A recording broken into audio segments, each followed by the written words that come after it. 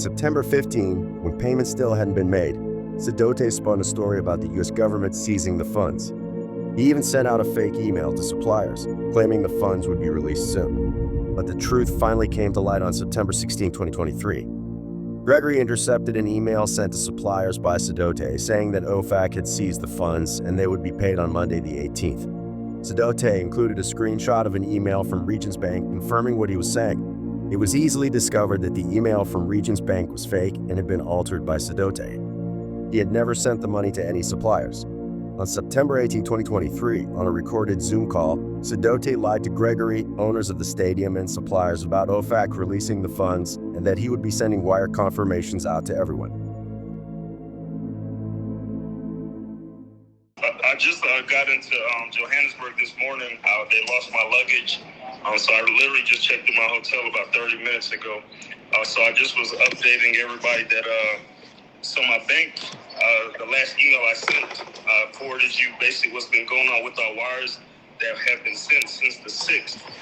So once my financial consultant gets to the bank, she's going to call OPAC department to see exactly what needs to be done to release our funds that have actually been sent for wires. So by close of business day, we were trying to at least send you wire confirmations of the payments that were sent on Friday.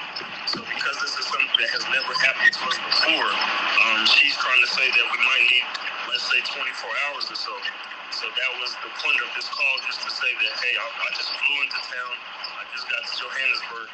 Can you at least give us, till close of business day or first thing tomorrow to send confirmation receipts of the wires? Because the wires were processed on Friday. But like I said, OPAC is something with funds coming in and out of our account. So the bank has all our invoices, and we're just, because we're 6 hours ahead, we have to wait for them to open. The bank opens at 9 o'clock, so that's going to be 2 p.m. over here. So before close of business day, I will be able to give you a firm update on exactly what they said as far as releasing our funds. So, Seth, thank you for that. Appreciate your information. There's a couple of things that have come up about all of this. Obviously, number one, when we had that conversation on Saturday morning, you, me, and Charles, the understanding was that you were actually going to stay in America to get this sorted out because of invoices and what have you, which obviously hasn't happened.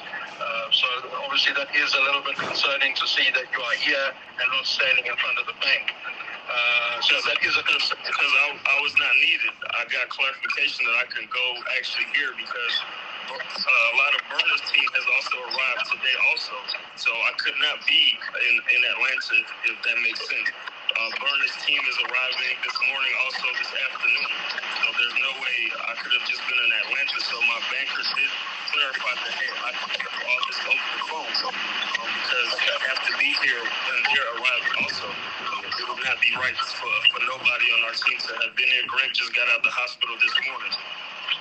Okay, so the reality of it is this event cannot take place in any form whatsoever, technically speaking. And let me walk you through the challenges that we have. In order for us to have access to the stadium needs to be paid. Correct. In order for Gear House to go in on and start setting up crane, the ramps need to be put in, and that needs to be paid. It's an 8-hour job to have done. So the absolute last possible event is it starting at 2 o'clock today. Anything past 2 o'clock today, and for Gear House to go in which means we don't have an event. In the event that Gear House does go in tomorrow morning, there is a remote outside chance we'll be ready for an event on Saturday. Then still, on top of that, that's provided the Ternary Media Group is willing to pay extra money because now we have got overtime to work 24/7, so that we've got overtime fees plus extra staff, as well as further payment to the stadium to make use of their lights. And I say this with conviction because I'm not trying to extort any money from anybody, which has been claimed that that's all I am doing.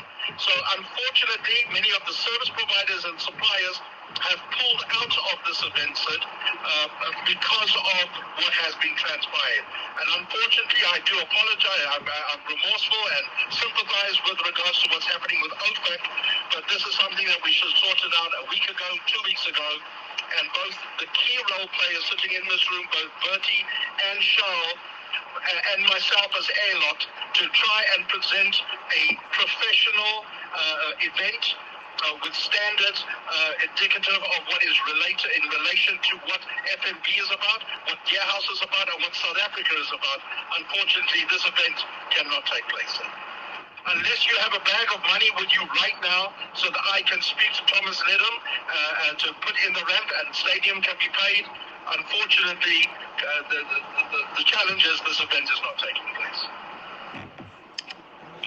So let's see, by close of business day, like I just said, Sharif, in 2 hours, I'm going to find out from my banker when our funds can be released.